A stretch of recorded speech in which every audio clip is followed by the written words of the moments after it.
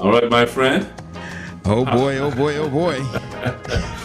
All right. Well, listen, welcome, man. We are back at another Pastors Roundtable. Hey man, it's good to see you, brother. We missed you last week, man. Listen, last week I was enjoying just watching my firstborn. That's right, my firstborn walk across the stage. She graduated last week from Oakwood University. And I was just, I tell you, it was a great experience, so we praise God for her. And we are so proud of Hannah and grateful to God for what he has done. And we wish her so much the very, very, very best. And you guys have done a great job, man. So congratulations. On behalf of the entire PRT family, we want to wish Miss Hannah a congratulations on her graduation. Man, I was thinking about it last week, and the what happens on Friday night? That's baccalaureate consecration. One of those, whichever one it was. It was happening while we were doing Roundtable Live last week. And it dawned on me, we could have split the screen, and we could have taken awesome. A peek in on what was going on there in Oakwood. So, man, next time we'll have to remember that. But listen, we want to say hello to Monique Francois. I hope I'm pronouncing your last name correctly, Monique. She says, good evening, PRT pastors and fam. Sabbath blessings to all. Finally, she gets to catch us after several months live. Tuning in from the UK. Man, what time is it over there? Oh, the UK. Oh my. Oh, whoa. Wait a minute. This must like be six hours ahead. Yeah.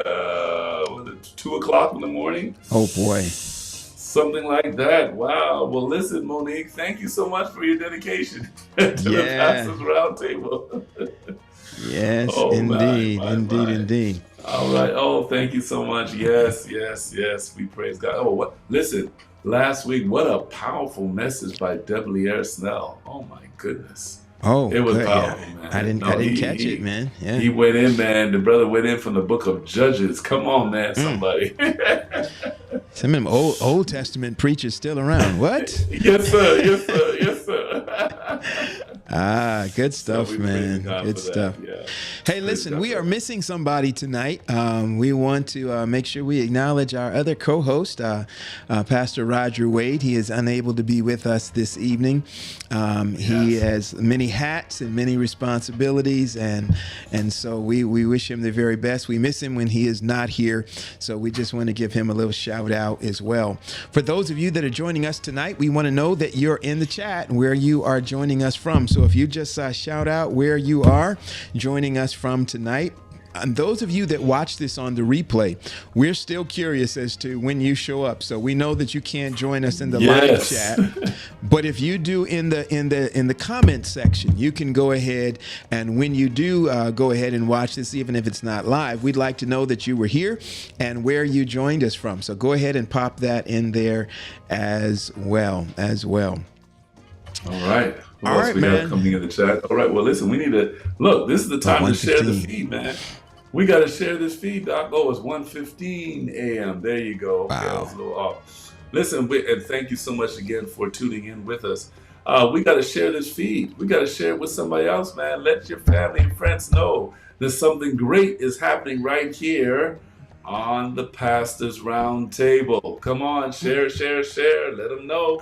I'm hinting. I'm throwing some hints. These aren't gang signs. These are hints. The twos.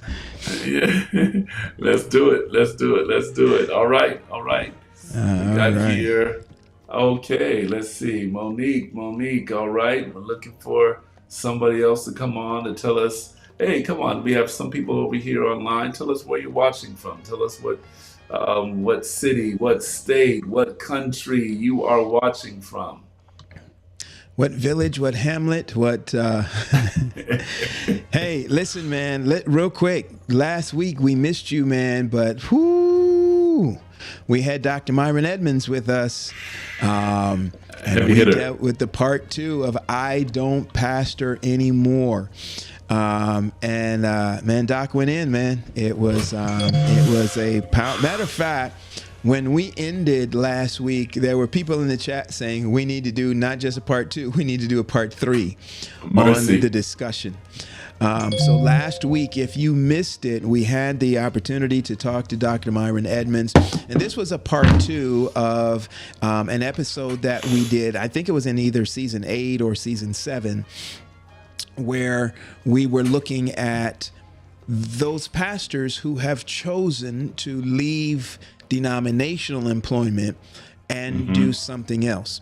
And so we had some questions of what led those guys to that. I think the first episode we did on that, who were our guests? Our guests were Dr. Davis, Robert Davis. Robert Davis was there. Yes. And Kimon Hines, I believe. Kimon Hines. Yeah. Robert David and Kimon Hines were our guest for the initial episode. And they did a fabulous job at answering some of the questions and dealing with some of the issues that arise when a pastor leaves denominational employment to begin something else. Now, those two gentlemen decided they weren't just going to go, that they did not leave. And one of the things that we learned, Dr. Henry, is that sometimes we assume that when a pastor leaves denominational employment that he is leaving the ministry. Ministry is broader than just the pastoral setting. And these individuals who have done pastoral ministry, they're continuing ministry, but just in another environment, just in another place. And that place where they're ministering at is going to, again, bring people to the knowledge of our Savior, Jesus Christ. So we want to make sure the word is out there. When people leave pastoral ministry, and even when you talk about pastoral ministry, the church pastoral ministry, right? Right. Because some people have a parish, but it might not be in the church, right? Okay. Yeah, that's why I'm using the word denominational employment. Yes. Or the phrase denominational employment, yeah. Right. So, when people leave the denominational employment, they haven't left ministry. And I think that's very important. Some of them, yeah. Some of them do decide, I'm not, come on. The truth is, there are some pastors who leave denominational employment. Sometimes it's because they don't believe the message anymore. They're done with church, done with that. I've seen some this week as I was just browsing through YouTube. And I'm like, you know what? I'm not interested in doing ministry, period. And so I'm going to go and leave and do something else. And I have to admit, man, that's better. That's probably better than some that have emotionally and spiritually left ministry but have not left denominational employment. Because there may be occasionally some of those. There's the security of the check and whatnot that they may have checked out of the calling. There are certainly some of those. And I'm thinking we ought to do a show on leaving ministry. Like when it's not talking about pastoral ministry, because people have different forms of ministry. But leaving ministry, what does that mean? Leaving ministry. Doesn't everyone have a ministry? And so when you leave ministry, what does that entail? What does that mean? What does that, just kind of unpacking that, I think will be good for those who want to do something different, those who want to be creative, but necessarily want to make sure that they're still doing what God has called them to do. Absolutely. Okay, well, that was last week, Matt. Did you catch any of that last week, by the way? I know you were on the road. I did not. In fact, I got something I was looking on Facebook, and there was a little, they give you a little short there. So I saw a little something there, but I missed it. I'm gonna have to watch that. My friend Dr. Edmonds, man, every time he comes, man, he's coming with something. The man is filled. Yeah. He's filled with the Holy Ghost. So praise God for his ministry. He was a great guest. I had one of our most faithful supporters text me after the show and say, you know what, Dr. Edmonds is one of the best interviews that we do. And that was just great to hear that. He said this was the first time that, and he is faithful when watching PRT and in supporting us. But he said this was the first time that I actually hit the share button. I got you. All right. Okay. So let's talk about that was last week. Let's talk about tonight. Tonight, we are going to bring you, our audience, on a journey with us over the past 8 seasons as we go to our YouTube channel. And we're going to go back and revisit some of the more popular discussions that we have had. And we want you to kind of join in and chime in the chat as we talk. I see Rodney in the chat. He says, "Happy Sabbath, brethren." And this is one of the things he's already in this thing saying, address the issue of monetizing the gospel. Monetizing the gospel. Yeah, that could be an interesting conversation. Rodney saying you threw softballs to Dr. Edmonds. Have to go back and check that and see how soft they were. I know. Hey, Rodney's going in, man. Rodney's always one. He's got some hard balls packed up in his ball bag, man. That's right. He's ready. He's ready to throw some strikes. Right. Well, listen. Sounds good. Yeah. So that's what we want to do tonight. We're going to take you into some of the past episodes that we have done over not just this season, but in the past seasons, and then we're going to talk about some stuff as well. But before we do that, Doc Henry, there are some very live discussions that are going on now. I'm curious if you have seen them. We've been inundated over the past 3-4 weeks on this discussion about whether or not the Seventh-day Adventist Church is a cult. We're going back to that. My. That's certainly for most of us, we know that is an old discussion within Christianity. Or evangelicalism that look at Seventh-day Adventists and a lot of the larger Christian world, Protestant world, they're kind of we know Adventists, we know there's kind of Christian-ish, but they just got some weird stuff, and so there's a lot of them that don't want to fully embrace us within the brotherhood of Christianity proper or Protestantism. We are perhaps one of the few groups that most of your mainline denominations kind of want to keep us at least at arm's length. But we saw where this one brother came out and just straight up said, "You are not Protestant and you are not even Christian, you Seventh-day Adventist, you." What do you think about that, man? Well, we've been hearing this before, right? That we are a cult. And, we went into the archives. People went to the vault and they discover that, wait a minute, we are not a cult. I think that the reason why this is coming up is because we are different, right? And when people are misinformed of the basis of what we teach, then they're going to come with all type of conclusions. So this is not going to go away. I mean, this is coming up now. It came up before. There was a whole book that we kind of dealt with a long time ago in the seminary regarding it. I remember, they were talking about the history and so forth of this. So it's not going to go away. It's not going to go away. I would say this, that those of you who are listening out there, I want you to know that the Seventh-day Adventist Church is a Bible-believing church. We believe in the Bible. That's it. We're in the Word.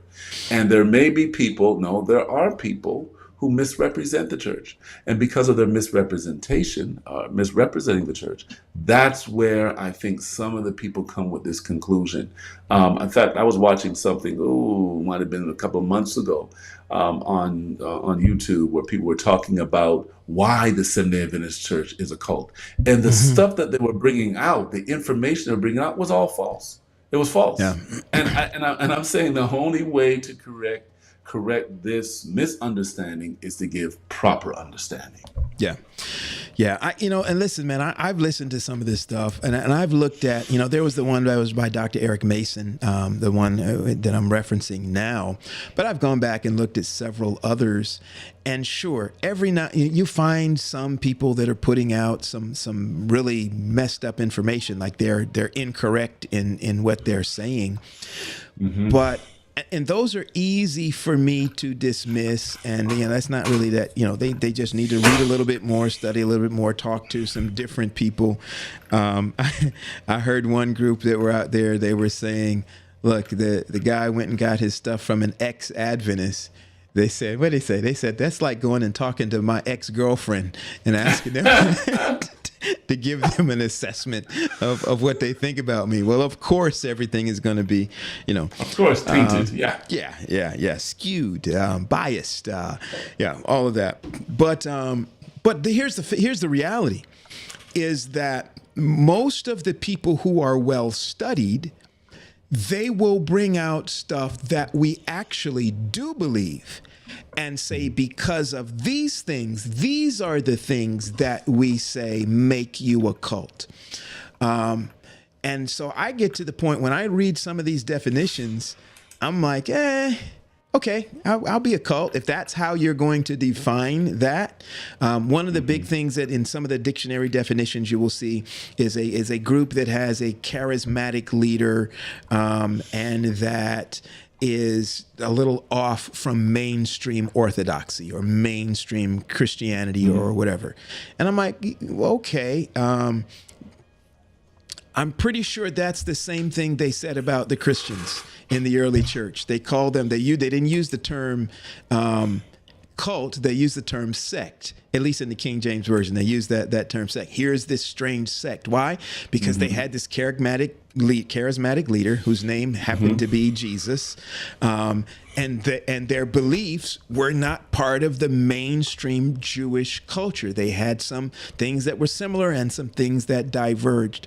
And so I would love for us to take some time at some point to dig into that here on our platform. A lot of others have done it, and they've done a good job at it.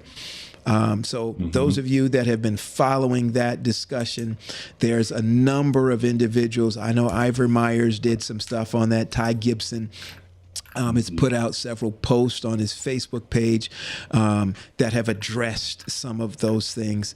Adventist Defense League, I've seen some of their videos.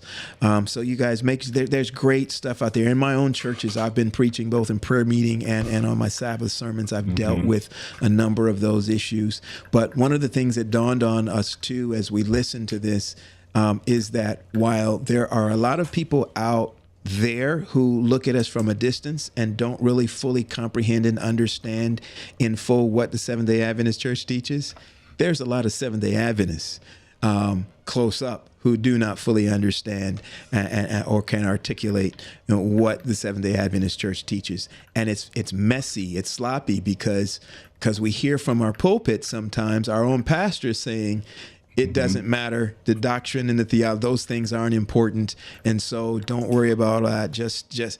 And then when we get challenged on it, we wonder why our folk can't give an answer or don't understand it. Well, sometimes it's because we have belittled some of, our own teaching and what the Bible actually teaches and said, you don't need to know all that stuff. So somewhere we've got to reconcile and balance, what I think we are trying to say. What we are trying to say is that Jesus matters more, and our relationship with Jesus matters more than knowing stuff, but knowing stuff is also important. Right. But then not only are you dealing with people feeling and thinking that the Seventh-day Adventist is a cultish group, you also have, and I guess it's recently, I would say the last year or so, there are new messages that are emerging within the Adventist Church. So we need to deal with that. There are some things that are going on now where conferences are addressing. They're saying, wait a minute, what's happening here? What's this new theology? And some people say, well, it's not new theology. It's been here for a while. but some people say it's a new theology, like this love reality thing that is taking place within our church, and people are supporting it and so forth. So having a program to kind of pull back the curtains and just, expose some of these things to our wider audience. And I say wider audience, but to our audience, right? Because these things are already pervasive all the way around us. Having that discussion, and what does the church think about it? Getting some people in here that can talk towards it, and just kind of seeing where we are. So I guess what I'm saying, Pastor Paul, is that, we just need to be students of the word, because what people will do, first of all, they'll say what you're in is not right, it's false, it's a cult. Secondly, what you're in, there'll be new messages that will emerge, and it's up to us to study to see if these things are true. So get in the word, get in the word, get in the word. That's it, the word of God. And the word of God will definitely direct us so that we might know what God is saying to his people at this time. Yeah, good. All right, so that's certainly something we'd love to get into at some point. Let's start off as we move into our twos tonight. I'm going to switch screens here in just a second and bring up our YouTube channel page, and we'll look at some of these conversations. But before we do that, we have been planning to address a particular topic tonight. Let's talk about that real quick before we move. One of our twos this evening that we're wanting to bring to you tonight. Okay, so explain twos. Twos. So over the past 8 seasons, we have had some tremendous guests, some tremendous conversations. And even though this is long form content, we're doing an hour and a half every episode. We get to the end of an episode, and many times, not only we as hosts, but you as our audience, you have said, no, we need more. We need a part 2. And we've often said, man, we need to do a part 2. Yeah. And so many times we only said we need to do a part 2, and we haven't done a part 2. So this season, we've said we're going to inundate this season as much as we can with some part 2. Some of those discussions that you told us that we need to hear more. We need to follow up more on that. We need to dig a little deeper on those things. If you're like Rodney, you might have said, you guys only threw some softballs. We need to do a part 2 where you throw some hard balls, some sliders and some whatever. So, as we're talking tonight, if you think of an episode that you know of that you wanted us to go a little bit further on, go ahead and drop that in the chat. Again, if you're watching on the replay, drop that in the comments. So tonight, Elder, we were going to be looking at what? Talk to me. What was this second part 2 going to be about? Yes, I think we're going to be dealing with the structure within the Seventh-day Adventist Church. And we're going to talk about how we are often structured along racial lines in some places within our denomination. So we're going to bring that discussion on. I think we had that. I know that we had that on before, and it was a very vivid conversation. We talked about, and I think that conversation, we talked about the advantages and disadvantages of our divide, in a way, if we could use that word, because some people say, well, it's not a divide because we are united. And so we talked about that. And so we were going to bring that on again to kind of go deeper in that, maybe talk about the reason for why we are where we are, but then to follow up on the conversation, the collaboration that we had before. And so that was going to be the discussion tonight. So I'm going to be honest with you, as I think about that discussion, I think I'm going to agree a little bit with Rodney here as I think back on that discussion. I felt like I remember leaving that discussion feeling like we did a whole lot of softballs on that one, that there was some stuff that we either just kind of glossed over, skimmed by, didn't really sink our teeth into. And it was interesting that was one of the more watched episodes. And in addition to that, going into that conversation, I was a little fearful that, man, we have hit this and beat this horse so much that is this really going to be interesting to anybody again? Talking about why do we have black conferences? Why do we have, white kind of, separate racial conferences? Well, if we're going to have white and black conferences, then why can't we have Hispanic conferences? And why don't we have, all the different language groups, ethnic groups, Asian conferences? Why aren't there any of those? And so I was a little surprised that there was still so much interest in having those conversations yet again. So you guys tell us what you think on that one in particular. Is that something that you feel needs to be or can be revisited? Do you feel like you've heard enough?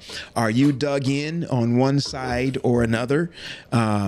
If you were like, okay, fine, I know that we have these ethnic structures, that we have black conferences and white conferences, and I'm just fine with it. Let's just roll. Let's just keep it moving. Or are there still some folk that say, I don't like, we need to come together. We need to, this looks bad, because that used to be the thing. So Carlene says, not interested. Not interested. Yeah. Yeah. All right. Who else? All right. Okay. And then that's what I was thinking we would have much more of those than what there appeared to be first go around. All right. Okay. You ready, man? Let's go and check out. Let's go in, Doc. Let's do it. Let's do it. Here we go. What do we got going on? Yes, sir. This, as you see to our whatever side this is, that's my left-hand side. It probably looks like the right-hand side. That is our YouTube channel. For those of you that are watching on Facebook and you've never been to the YouTube channel, Marilyn Gerald says she's dug in. On which side, Marilyn? On what side of that issue are you dug in on? We'd be curious to know. But this is what the YouTube channel looks like. And you'll see here, can you see my cursor? No, the cursor does not work here. All right. Anyhow, you'll see that the page is organized with these little tabs. You see home, you see videos, you see shorts, live, podcast, playlist, community. I'm going to click on the live tab. Oh, you can see my cursor. All right. Now I can see it. Yep. Shows that we're live. And what on? I see it live. Okay, so Dr. Henry, this is what I'm getting ready to do. I'm going to come over here and I'm going to sort the list by popular. So what this, I think it's supposed to do is it's supposed to give us the most popular one. Right, most popular episodes that Pastors Roundtable has done. Hit it. Let's do it. There we go. All right, hold on. Let me get these comments right quick. Rodney says, our church is full of all nations. The work of the gospel is to bring various people groups together. Okay. All right. I respect that. Carlene says, I actually know the history, and this is not a platform that can solve this issue. So I find it an exercise in frustration. So just having the conversation in a platform like this, I can get it. She's saying it won't change anything. Now, I'm going to push back a little bit on that. But I do get it. A lot of times we have all these conversations and nothing happens. But sometimes people's minds and positions are shifting because they are exposed to different ideas. People say money is a powerful thing, but I think even more powerful than money is ideas. The exchange of ideas, the conversations. Nobody ever won a battle or fixed a problem or whatever without first starting with an idea and exchanging those ideas. Great things in history rarely ever happened outside of the exchange of some ideas. And so sometimes it is in platforms as simple as this that progress can be made or regression is made. But it happens with the exchange of ideas. All right, let's hit this thing. Marilyn says, I'm not trying to change it. She's good with the structures as they are. All right, here we go, Doc.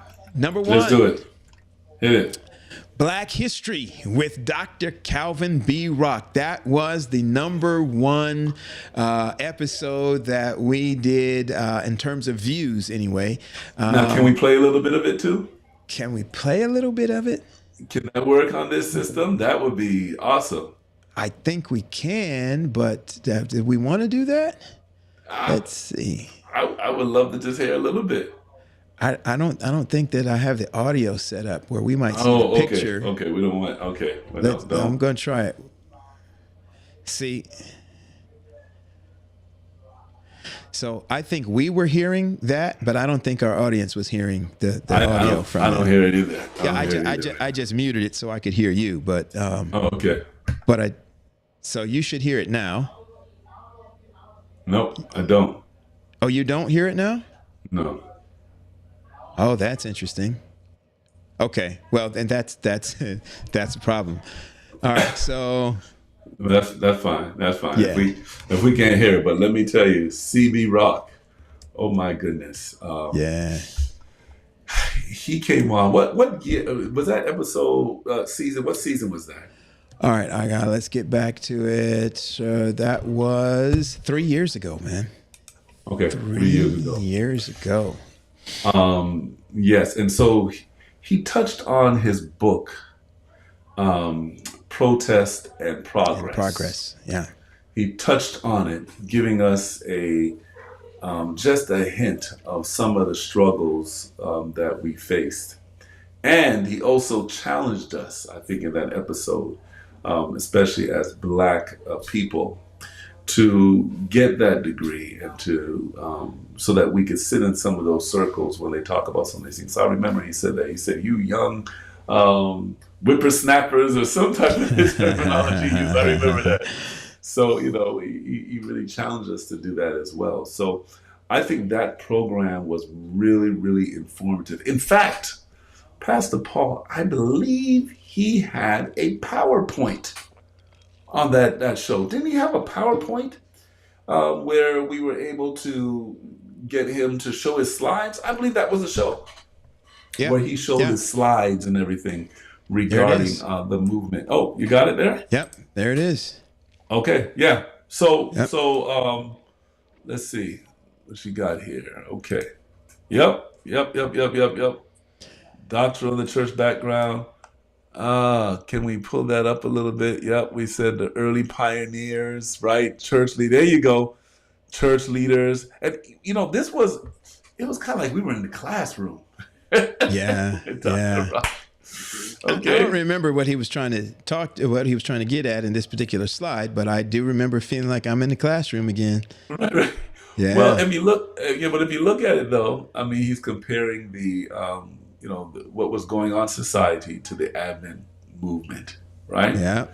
And so then there was this push, and so he actually talked about the reasons why, or some of the factors behind the regional conference, and he even went further than that and talked about the push for colored conferences, but he also talked about the push for the Black Union. And so it was a very informative show. In fact, we need to bring him back on again. Hey, we need a part 2. It's interesting when you look at these dates that how long some of this stuff has been going on. The push for full participation. Yes. Apparently, he identified a beginning date, 1889. So back in the 1880s, this is on the tail end of the Reconstruction era here in the United States. Post-Civil War, Reconstruction era, going into the Roaring 20s. World War I is over. We are just getting into all of this. The GIs, Black GIs, are back from overseas and having struggles, all this kind of stuff. But in the church, there is this push for full participation. Then you get the push for colored. I love that he put colored conferences. He didn't say Black conferences. He used the language of the day.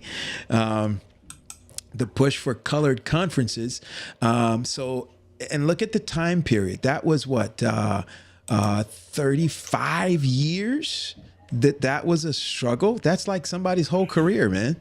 Somebody started as a Go ahead. Oh yeah, yeah. But I was going to mention too, in his book, They're not he 35. I can't mentioned, count. yeah, a little less than that. But in his book, he mentioned that we did not have full participation. So he mentioned that camp meetings, I think it was a camp meeting federation, some big convocation. Hmm. Uh, the African American people, we were there just to do like a song. That's it. He said we weren't able to really Oh. participate in the preaching or anything like that. Just a song. That's how we were treated, my brother.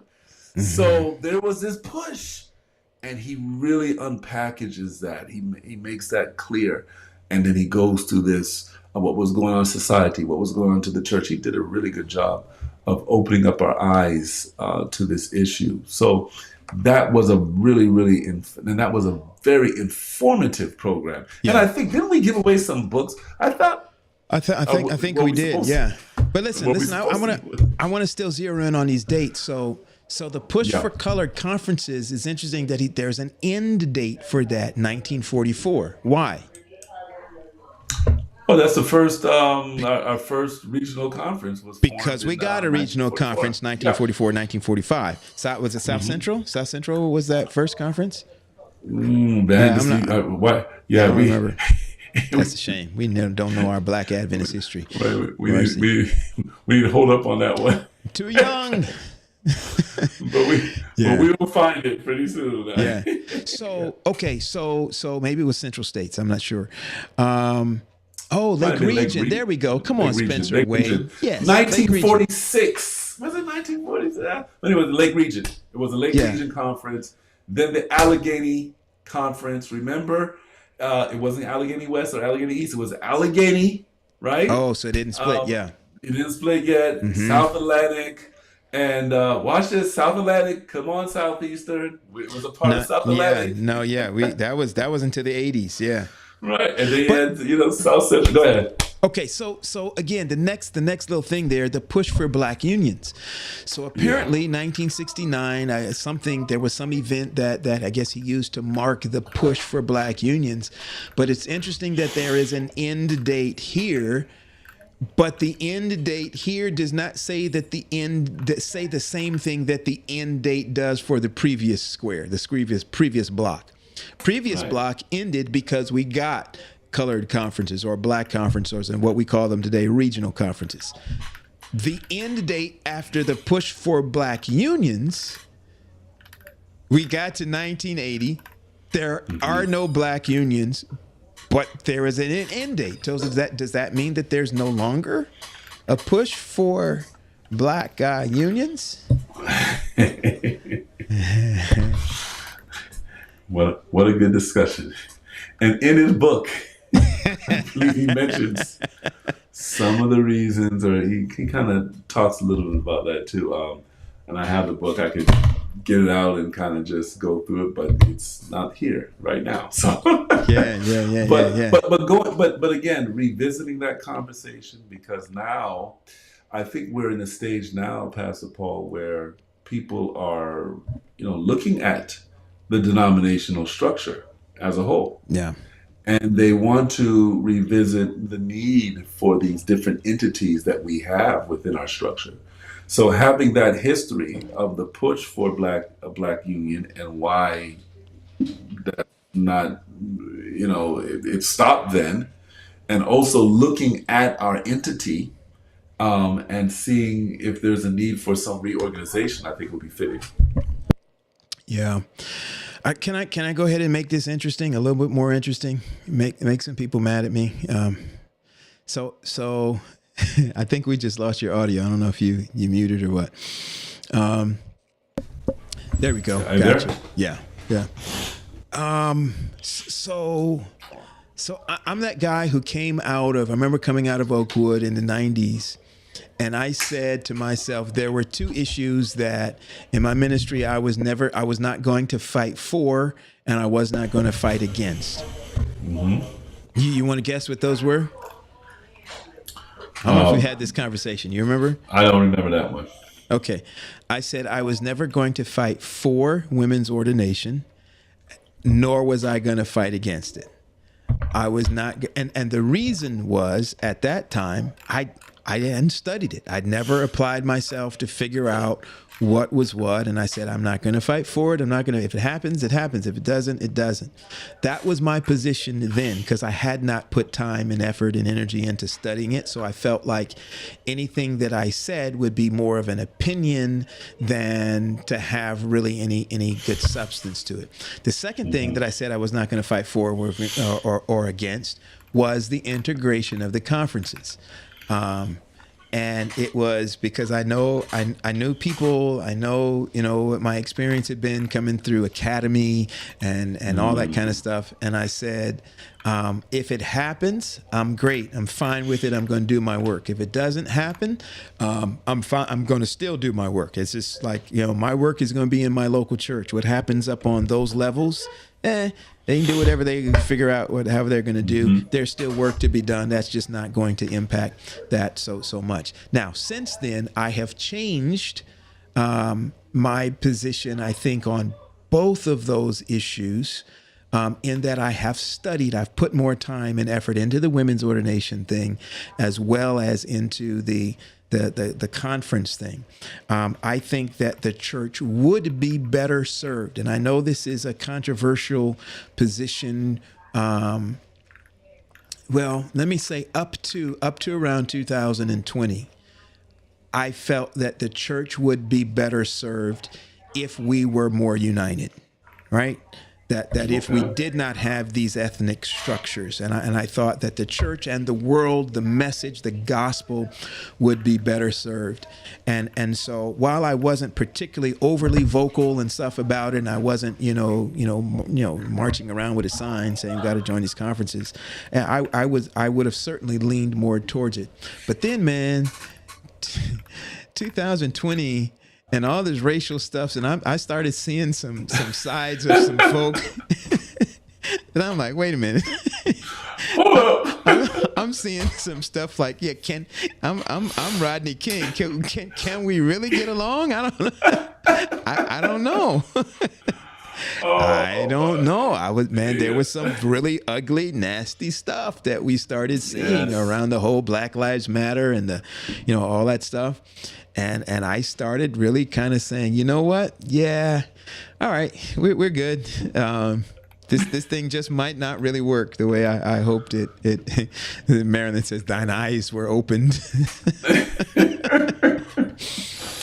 I remember in 2020. When was that conversation? Was it 2021? It was COVID time. I think it was COVID time when we had this actual conversation regarding the ethnic structure. Was that COVID? Like were we in church, or we were like 3 years ago? What was that? 2021. Yeah, I think we were just coming out of church, but I just remember having that conversation and people, chiming in, talking about it, but actually going through, the protest and some of the voices that were very vocal, within our church system. It kind of said, man, we have a need. Yeah. Listen, on this conversation, this guy, Carlos Medley, and correct me if I'm wrong, was the first black editor, or on staff at the Adventist Review. Did I get that correct, Doc Medley? I believe he was. Let's see. He's going to answer us there. He was the associate, I think, the General Conference. The associate, editor for the General Conference. Very knowledgeable. Now we should have him on our program. Yeah. We need to get you on, Doc. Yes, because Carlos Medley has a gift with his understanding of the church. Been in the General Conference for years. In fact, before that, he was in Michigan. He was a reporter, man. Listen, he actually worked for the South Bend Tribune. Something like Okay. He actually worked there, and so he had that experience over there, being at the Niles Church there. Oh, yes, that's Yes, true. that's true. He's in the Yeah. Niles Church there in Michigan, and then Dowagiac, and has that experience. But then going to the General Conference and getting that experience as well. So very, very knowledgeable. We need to have him on the show. I think he can speak Yeah. really intelligently to this conversation with that historical piece. We talked several months ago, and it was just a brief call. I think he was looking for somebody's phone number, but it was so interesting. We ended up being on the phone for almost 2 hours. I was just hearing him share his story and some of the stuff. Doc Medley, we have to we got to give you a call, man, so that you can hop on here with us and we can do we can interview you for a change. I know you've done a lot of interviewing, but oh man, we'd love to hear your story. Very knowledgeable. All right. So here we go. Let's hop back here. Okay. That was anything else we want to hit in this one? Man, our time is getting away from us real quick, Doc. Yeah, let's move on. I mean, great show, part 2. Yes. So yeah, we have to get Dr. Rock back. The next one, oh my. Which one was that? Oh. Project 2025. That was just the other day. Yeah. That was the number 2. You guys watched, more of you watched this. This was the second highest viewed, or at least on YouTube. Now, we're not counting the Facebook numbers. So there may have been some that the numbers combined, the Facebook numbers with the numbers here may tell a little different story. But as far as YouTube goes, and that probably has to do with people's searches. So when people are searching on YouTube, they may be searching for something on Black history, or searching for Dr. Calvin Rock, or searching for Project 2025. Did you ever get a chance to read some of the comments on this on Facebook? No. These are people that went and watched. This one had some comments of people who watched the replay. What did they say? Can you read some of it? Okay, let's see. Oh man, you can't see it on your screen. This was good. Thank you for the program. Oh man, there's some stuff I can't read. Oh, okay. Yeah. Anyway, don't go read those comments. We need to edit some of those things. There's some. We probably need to take them off. Some strong language. Oh my. Okay. Yeah. That's not. Yeah. So just in brief, let's share for what was that program about.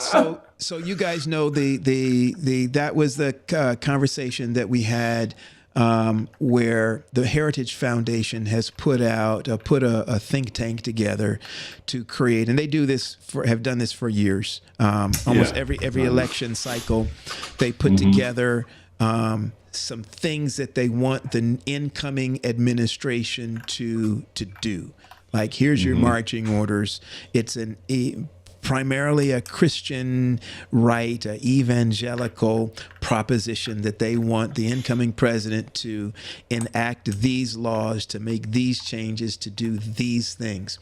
This one in particular, Project 2025, was getting a lot of attention because for, I believe, the first time, there were suggestions that the president make some, essentially some Sabbath laws that would encourage employers to be closed on Sunday so that people could go to church. And the way that they were encouraging employers to do that was that they would require that they want the incoming administration to pass a law that would require employers to pay people time and a half on Sunday. And so they figured if they required the employers to pay people time and a half on Sunday, then that would encourage more businesses. There would be an economic motivation for them to shut down on Sunday so that people could go to church. And that was pretty explicit in the document, which I was like, whoa, that sounds like what we read out of Great Controversy. We read these things about Sunday laws. Funny, we were talking about the cults thing earlier. And I was listening to a former Seventh-day Adventist son who said he's no longer a Seventh-day Adventist because he became a Christian instead. And I was watching his video, and it was interesting to hear him talk about what the Seventh-day Adventist Church believes about Revelation chapter 13 and the idea that Sunday laws will come. And he was just he was having a field day with it. He was just laughing and kind of scoffing and how ludicrous that would be for the nation to do that. And yet, boom, boom, here it is in black and white out in the open, that is actually something that a group like the Heritage Foundation, who says on their website, the Project 2025 website, they say the Trump and his previous administration, he enacted, I think, 80% of the things that they had asked him to do from 2016. But they were disappointed that he didn't do all of it. Right? Of course. And they're looking, they want him back in and say, look, and it's like they're saying, dude, you do this stuff and we will vote for you. We inspire the evangelical vote. White evangelicals voted for Trump up to 82% in the last election because boom, boom, boom, boom, boom. This, that, and the other. So in other words, 2022 says, what is this Project 2025? So in essence, yeah. Go ahead. Watch the episode. So in essence, I think that's Byron. I think that's Pastor. Byron, is that you? He's going to tell us in a second. I think Oakman 22. Pastor Wells. You try to make this man reveal. Oh, well, if he doesn't reveal, he's not going to answer. He's not gonna My bad, maybe Pastor Wells. Well, in a nutshell, man, and you mentioned, right, the Heritage Foundation, of course, behind it, but it's really a group of people trying to make sure that their agenda becomes law. And so they're supporting this president. In fact, that if you want to be technical, the biblical worldview turning into federal law, right? Yeah. And so when you have that, I mean, somebody's going to be in trouble, right? So that's this whole thing. And then also the tenets that Pastor Paul mentioned that's on the agenda, which makes it really, eye-opening and interesting for us. And so that's why, we had that discussion. Very good discussion that we had. In fact, wait a minute. Was he on? Hold on. It's the great controversy, just not in a book, but in real life. That's yeah. And was Standish the guy that was on there with us? No. We had Greg Hamilton and Miller, Nicholas Miller. Yeah. Yes. Who is now? Is he at Washington Adventist University now? And has a law doing something? Yeah, he's doing something there. Connection with Capitol. Anyway, watch the show. Yes, Oakman 22. I won't call the name. Rodney's got it right. Project 2025 is basically a right wing. It's not necessarily Republican, but technically, you could say that. But a right wing conservative, mainly evangelical game plan. It's saying, here we have written out all of the things in this project that we want the incoming administration to do. And so they've written out all the laws that they want them to pass. You can go to the website, Google the website, and you can download the 900 and something page document, which I've done. And you get it in your Adobe, then you can search. Like I searched Sabbath, and all the places in the document where Sabbath shows up, there is a little section where you pull that stuff up. So okay, well, listen, we got to move on, man. We got some other shows quickly, man. We only got a few minutes left. Where we at now? Pastor, how many? Henry Wright and there it is, and Abraham Jules. Wow. Wow, wow. We were talking about how evangelism is going to work post quarantine. Now we've been post quarantine for almost 3 years now. I think quarantine list started lifting in 2021. We are now in 2024. I got stuff to say about this, but let me start with you, Doc. What is how evangelism many? looking like How now? many? Oh man. Well, evangelism. One thing about the mission that we are called to do is going to continue regardless of what's happening in our society. I mean, souls are going to be won to Jesus. So now, before we, when you talking about pre-COVID, the whole tent idea was kind of disseminating, so not people really did that anymore. And we were moving more to a shorter model of evangelism and so forth. Post COVID, actually during COVID, during the height of COVID, evangelism was taking place, but then there was a new phenomenon that took place, Pastor Paul. What happened now, people were watching, they gave their life to the Lord, and people from all over the country, all over the world, started to they accepted Jesus Christ, and they became a part of your church, even while they're not in your local area. Yeah. So you have numbers all over. And I was at Elk, and we had a real good conversation about this. It was in one of the conferences there, the breakouts. And one person was arguing, okay, wait a minute, I understand this has happened. I understand that you can have, thousands of people watching you all over, and they can call you their pastor or whatnot. But he said, when you get sick and you're in the hospital, is a person online going to visit you? And so they had some arguments that kind of got challenged this new way of thinking, right? And of course, those things can be navigated through. You could think through those things. So the church looks different, is what I'm saying, now than before COVID. I don't think so. I am almost 98% in disagreement with you. I think 98. 98. Well, let's talk. I think that while we were in COVID, we were imagining that post-COVID world would look drastically different, right? That's what we imagined. We said, hey, this is ushering in a new era of this and that and the other. However, I think I will give it a benefit of the doubt, and I will drop all the way down to 90%. 75? 90%. Okay.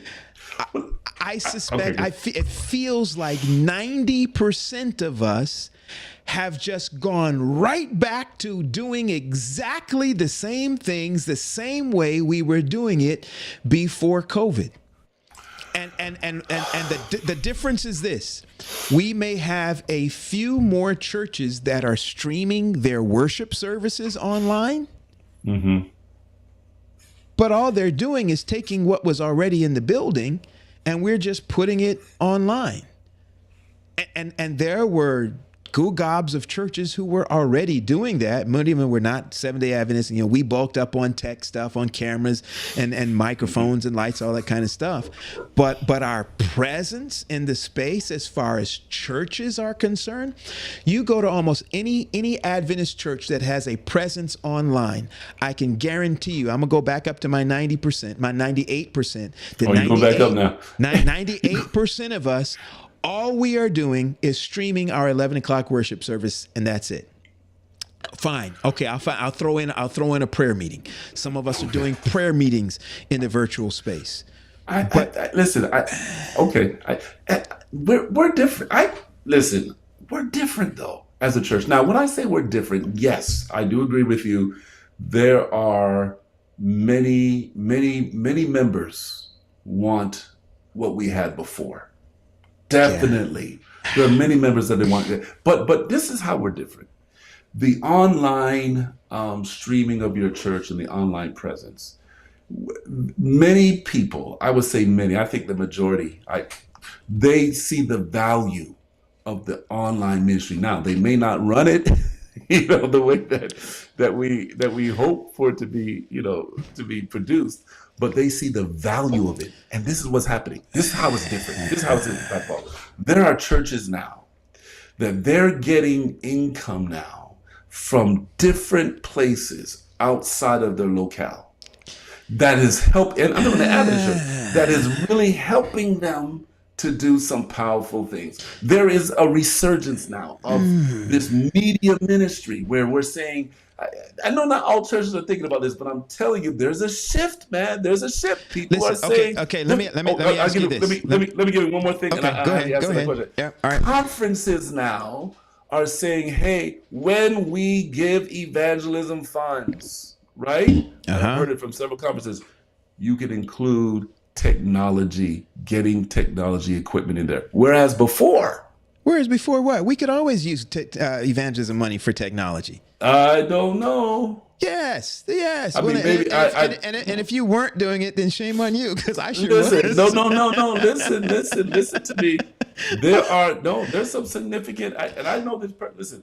This is what we were doing. Technology. We were buying computers. We were buying projectors. We were buying those were things that we were spending evangelism money on way before COVID. We were already spending evangelism money on technology.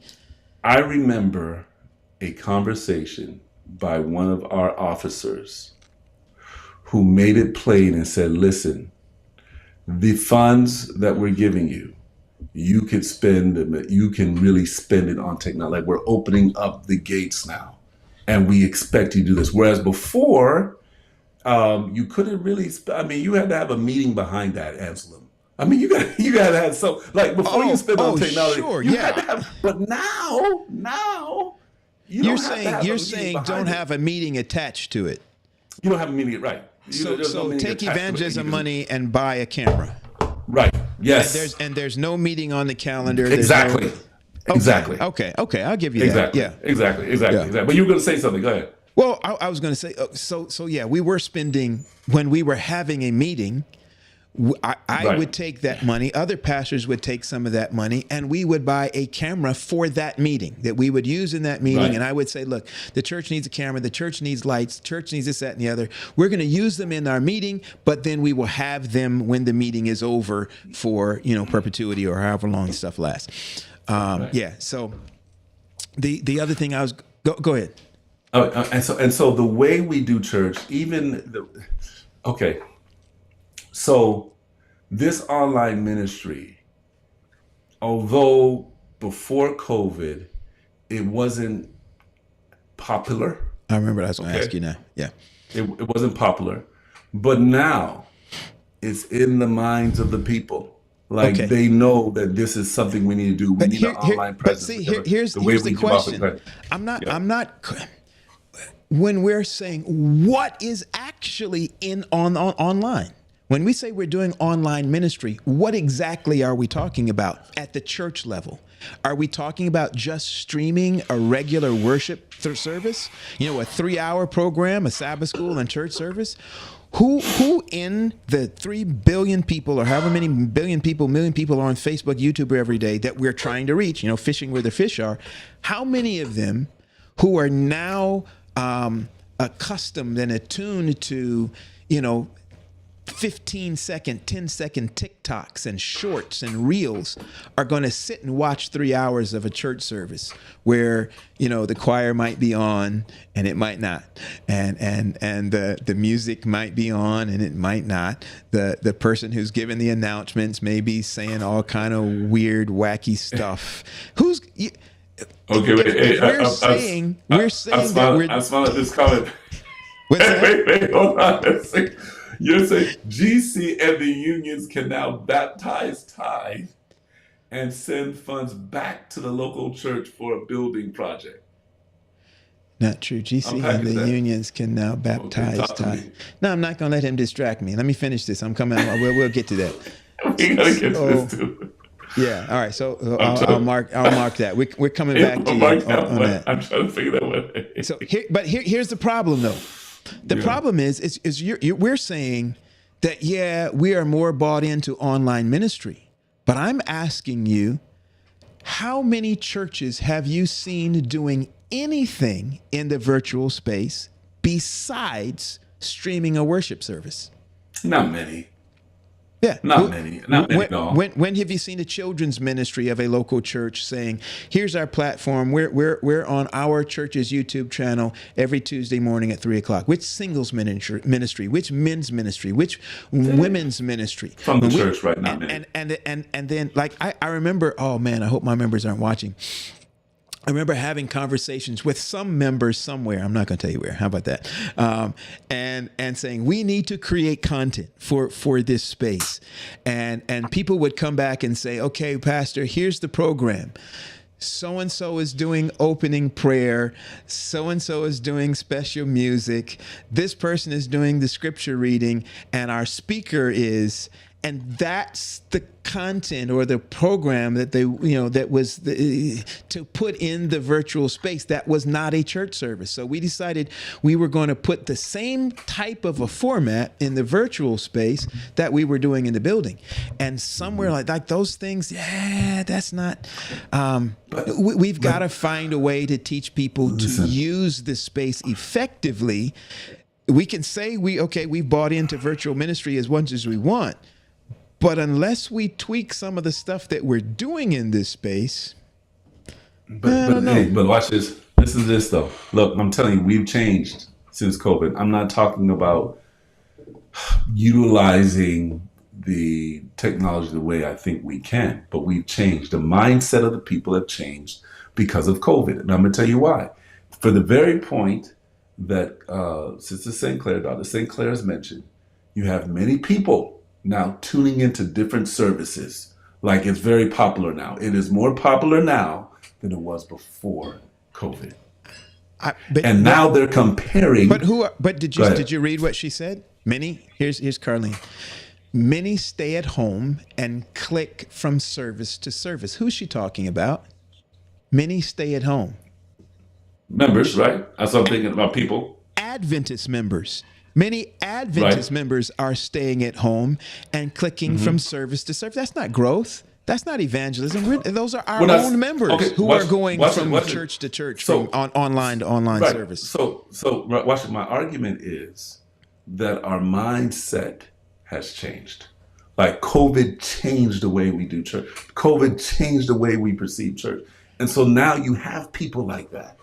You have members that going to church. What I'm saying is that there's no evangelistic value to that, to where that has gone. I'm saying we need to keep going. That's progress, and I don't know if it's progress. I'm saying we're not where we want to be. I don't think. Well, yeah, and now I agree with you. I agree with that. But what I'm saying again is that we have changed. The mindset has changed. Have we changed for the better to utilize the technology and everything? Some churches have made the pivot, some haven't, right? And pretty soon those churches that haven't made a pivot, they're going to have to, because things are changing in the denomination, okay? But again, we have changed. The mindset has changed. Listen, the pastors, watch this. Oh my goodness, listen to this. The preaching has changed. Pastor Paul, talk to me. Pastor Paul, come on. Can we be honest? Pastor Paul. Talk to me. Keep going. Okay, Convince me. Okay, watch it. The preaching has changed because of COVID. Why? Because online. We're online now. It's prevalent. Like a lot more churches are online. There's some things that you used to say. Are you talking about the content of the preaching? Presentation. Are you talking about the delivery? Illustrations. So we're more focused on making eye contact with the camera now. I mean, no. Okay, watch this. When you know you're online, you remember we used to be in workers meeting. Remember we used to be in workers meeting, Pastor Paul, and they would say, "Okay, is anybody recording? Is anybody taping?" You remember that? So listen. So now that we are online, it's all the time like that. Come on, Pastor Paul. Before your church was online, way back when, come on, people would say stuff. You just, whatever. Now, the world is watching you. People have gotten, watch this, people have gotten fired. Yeah, but I'm still, but remember, we were talking. This conversation was in the context of evangelism, not just broadcasting a church service. So sure, if we're just talking about the mindset have changed, etiquette for what we do in public and virtual spaces like that, then fine, we can have that discussion. But if we were talking about evangelism, reaching people with the gospel who we have not reached before, then what I am suggesting is that simply broadcasting a weekly church service is not going far enough. I'm not saying don't do it. While I do believe that there are some church services that we don't do it. Don't do it. Don't do it. Don't do it. We're not online. But what I'm saying is it's like leaving money on the table. Like, there's so much more that we could be encouraging and training and resourcing and teaching our churches to do and our church members to do as individuals in the virtual space, and then structurally, like within our ministry departments. You name it, your religious liberty ministry at your local church needs to have a spot, a seat in the digital space. Your children's ministry, your youth ministry, your men's ministry, your women's ministry, your stewardship ministry. You keep going. Even your prison ministry, your health ministry needs to have a space, a seat in this virtual space that does not need to take up 3 hours. That can create, and I'm gonna go here too, that can be intentional about creating community in this digital space. And people say, "Oh, you can't." And this has bothered me to no end. When I have heard some of our elites and our older pastors or whoever members even say, "Forsake not the assembling of yourselves together," that we've got Hebrews, to be. And I'm like, that is so a misquote or out of context of what that means. When your church and your folk are together in a Zoom meeting, when our people are in this chat, we are gathered together. We have not forsaken we are assembled together. I will say this, it is not the same thing as being in person. Granted, no argument for me on that. But we have assembled together on this live stream, and the presence of the Holy Spirit and the moving of God can happen even in venues virtual like this.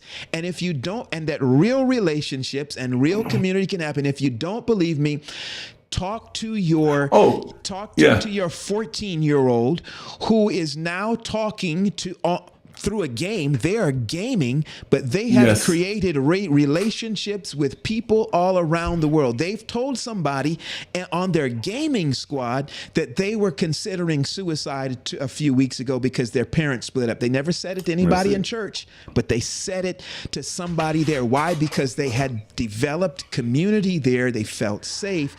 Listen, and we are losing that because all we're trying to do is just stream a worship service. Nobody from the church is in there interacting and trying to engage the people that are there. We just put it up, put it down, go about our business and feel like, we've done a great job because we have a presence in the space. Not enough. What I would say this, Pastor Paul, again, and I hold on to it, that I think the church has changed. I think that somebody put Oakwood down there and what they're doing, right? I mean, that has significantly changed. I think that the preaching has it significantly changed? Some people say no, but there's more thought, preparation now. I mean, even as you're preaching, I mean, the church has changed. Now, whether there are some people who have, although they're exposed to this new way of doing things, there are some churches that have not made that pivot. Like they know that they need to do something different. I'm not suggesting that some of that stuff hasn't changed. I'm saying the stuff that has changed is so what? It's not changed. It's not gaining us anything. Just because you now have a pulpit etiquette that you should have had from the beginning. It's true. We should have had it, right? But now we're more conscientious now, right? But that's not a measure. That's not success in terms of where we're trying to go. Let me ask you a question, because I know we got to go to some different shows and so forth. Yeah. Well, we got 10 minutes. Have you changed because of COVID? has your preaching changed because of COVID? No. Has your understanding of the power of what we can do on social media changed because Yes. of COVID? Listen, this is the thing that has changed about my preaching. I used to be a roamer. I used to walk. I'd be off the pulpit, down in the aisles, whatever. Okay. I am more conscious of the camera, and that in my church I don't have an actual person behind, a cameraman. So I'm very conscious that if I move outside of the lighting, if I move too much, that it'll be a dark picture. If I move too much, I have nobody to follow me, and people are looking at it. That stuff, that's changed. But as far as my preaching and that hasn't changed. Okay, that's fair. But your understanding of what we could do with technology, has that changed? Absolutely. Okay. And I think, I'm saying I was already a little like, we need to I do know. this Listen, before COVID. we were roommates, but I think, we started the show. Right? Yeah. We had the conversation, right? And we said, look, COVID, this is going to be impacting our church, right? And we had this thing started because of COVID, man. Listen, we've changed. Now, have a lot of churches changed for the better? No, because now we have more information, but a lot of people are not using it. Personally, I could use it. We have conversations. I could use it more myself, right? But I think that this COVID has changed the perception of the church. It has. It has changed. I think that we thought it was going to do that, and I think that on the end we had too many people who could not wait to get back to normal, and as soon as we had opportunity to get back to normal, that's exactly what we did. We went right back to normal. That's my thought on it.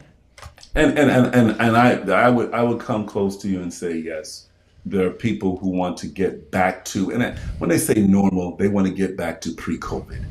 The pre-COVID activities. That's what they want to do. There's a lot of people that want to do that. But I would say that what COVID has done, I think it has exposed our members to many other models of church.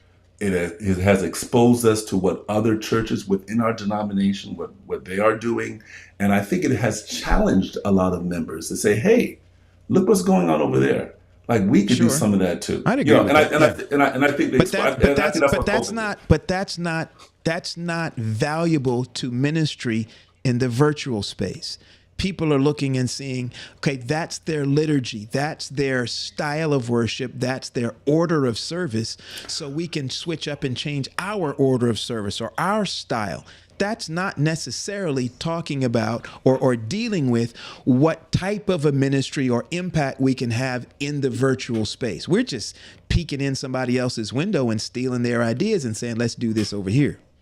Mm-hmm. It's not the same. Mm-hmm. That is not synonymous with having a relevant, resourced, and real presence in the virtual space. Resourced and real church. I love it. Man, listen, we could talk all day about this. Yeah. Should we try to get one more in? We got 7 minutes. Let's get one more in, Doc. Let's get one more in. Yeah. Okay. Carlene is in my camp, man. Bless you. Listen, she's your member, man. Look, she's your member. Doc. All right.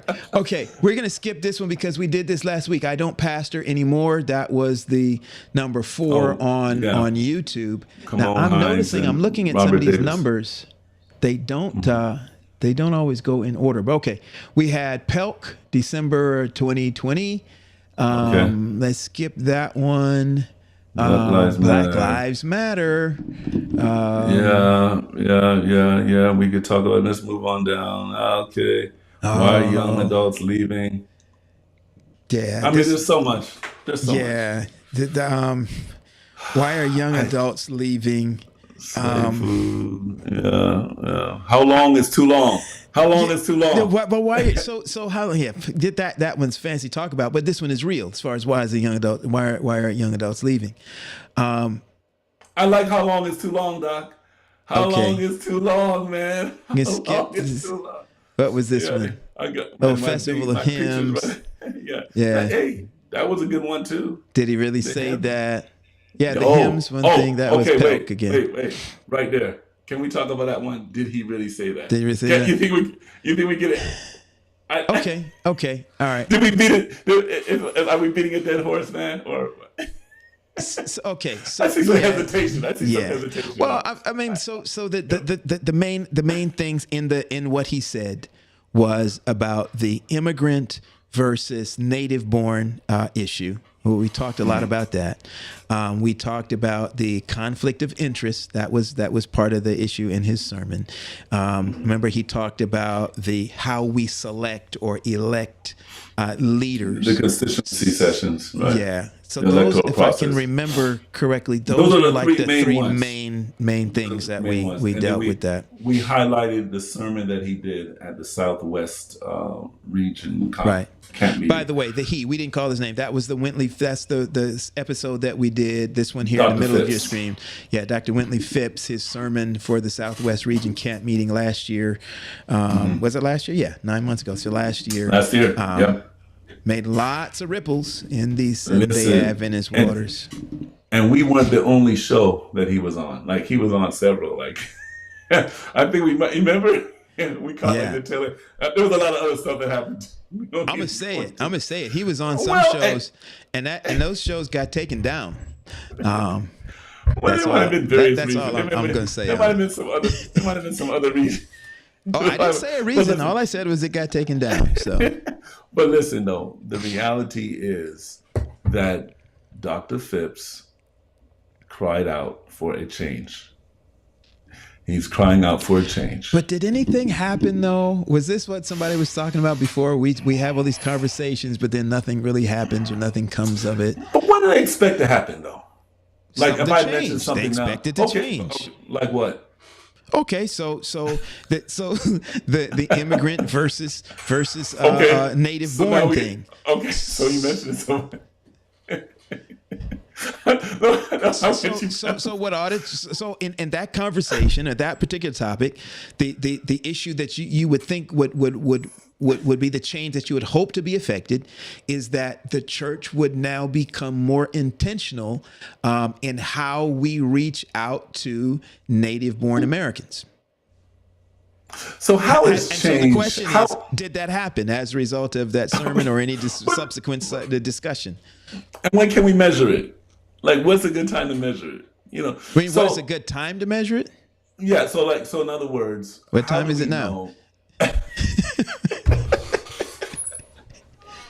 That's what I'm talking about. I say something. So listen. So, Good, Karen. change. Oh, change. Where's Karen at? That's your member. No, that's a different Karen. This is Karen. Oh, that's a Black. different Yeah. Karen. That's your member. All right. So, how does Tiffany. change happen? Tiffany, we should have brought Tiffany on with us tonight, man. Yeah, she would. Hey, by the way, congratulations to Tiffany. Yes. She graduated last week too, man. Proud of her, man. Indeed. We're gonna start And a calling you great doctor. supporter. Yes, listen, and a great supporter of PRT. Great supporter of PRT. And so here's where I was going with this, Pastor Paul. So change, right? How long does it take for change in the church to happen? For it to be a significant change? How long? How long does that take? Well, And we just looked at what, listen, you just a few, maybe 30, 50 minutes ago, we just looked at Dr. Rock's presentation. You remember? We just looked at that, and it took some years. decades and decades for Right. So I think the conversation is good, but it's just not conversation. I think this is planted in the minds of the people, and I think change is I think we're changing now. I think we're changing right now. Yes. well, here's I think where a lot of our people get messed up, and we struggle because we're going to go and we're going to preach Acts chapter 2, right? That day of Pentecost comes, Peter and the boys go out and they preach hard, and 3,000 were baptized in a single day. That was a single moment change, right? This didn't take weeks to plan an evangelistic series, to get speakers in place, to get Bible workers hired and interviewed and background checks. All that. This didn't take a year to plan this crusade. They were in the upper room. The Holy Spirit fell, and then boom, explosive power of the Holy Ghost falls. And an entire event is changed. And we say 3,000, but we know they weren't even counting women and children, so we don't know how many that actually was. Right. So we've kind of conditioned folk with those kinds of stories to say, man, change can happen, boom, just like that. And can it? Yes, absolutely. We believe that. Does it always happen like that? No. We know better. But here's a report, and I know we got to end this thing now, man. We we wish Pastor Wade was on this, man, so he'd get into this conversation too. That would be great. But here's the thing: do you know that when we talk about change, and I'm gonna go back to this. I know it's a dead horse, but the change that happened because of COVID, this program is a result of COVID. And the conversations that we've always had some of these conversations, but we had a platform to do so at that time. And do you know that there is one, we had I think it was 2 years ago, maybe a year ago, where there were a lot of constituency meetings that are happening.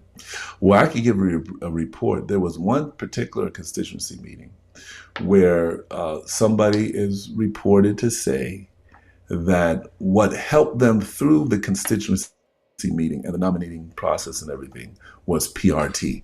They went back, Pastor Paul, and they watched the show where we dealt with constituency meetings. And because of that program, they were able to do a few things that they would not have known that was in their jurisdiction to do if it were not that show. So I'm saying, I'm just saying, say, come on, you need to pat yourself on the back, man. This is PRT. Come on, Doc. I don't know that that's true, though. I'm not gonna, make that assumption. So it's not an assumption. I'm taking it from the person. So if the person is lying, but I saw some looking at that. Well, you didn't tell me that. So if they tell me that, I'm not getting right. Okay. And looking at what happened there were some things that took place that were different. Okay, so Carlene is in I agree mode. She's got to agree. She said I agree. Finally, with Dr. Henry, we can end the show now. We can end the show. Hey, but listen, it's okay to disagree. I'm okay. Look, what you all passed away. Good to see you. Listen, we're about to end this thing. I don't have the deep voice like passed away, but look, the PRT family. What you're seeing now is what we do. I wish. Listen, one of these days we're gonna stream live our production meetings, so you guys can see what this is like when we're planning and doing stuff behind the scenes. That can be fun. Right. Yeah. All right. Praise God. Well, listen. Praise God. Look, this has been good. Look, and I want to thank you, Pastor Paul. For what you do on this program. I want to thank Pastor Wade for what he does on the program. We also have Sister Stephanie Scott. Mm-hmm. I mean, just a thinker, pushing the envelope. We have Pastor Dr. John Mills, the question writer. We have TJ, my man TJ. Yes, behind the scenes. And so we have a team. And by the way, we are also soliciting your help. We know that things are busier now. There's a lot of movements that are happening, and we believe that we need to expand our team. And so if you want to be a part of the PRT family, now there's a process that we'll go through, right?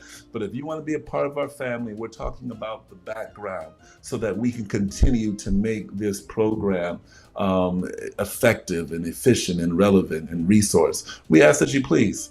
How can they get in contact with us, Pastor Paul? How can they tell us that they want to be a part of the management team and what we do in the background? Listen, how can they do that? Dr. Henry's cell number is You can reach us at the PRT.live. The PRT.live. Go there to the website. There's a place where you can interact with us there. You can email us at thepastorsrt@gmail.com. thepastorsrt@gmail.com is where you can just reach us directly through email. We'd love to hear from you. Go again. You can check us through, get us through the website as well as just that direct email address, thepastorsrt@gmail.com. Once you go, and we got to say this too, you go to the Pastors Roundtable. I'm sorry, the PRT.live. That's the website. On the website, you can go there and find some ways to support the Pastors Roundtable as well. We didn't talk about that tonight, but we started this 4 years ago, and we didn't realize the cost that this was going to incur as we started all of this stuff. But and trust me, we are happy to do it. We're happy to do it. We know there are several of you who have lended us your support. I think just today we got something else. Somebody sent something in to us today. We appreciate you so very much. So if you feel moved to support the Pastors Roundtable by a financial gift, please find your way over to the PRT.live to the support page, and you'll find ways that you can support there. All right. Okay, we go. Well, listen. How did we go late on a night where we had no guests and it was just the two of us and we went long? I don't know, man. It's unreal.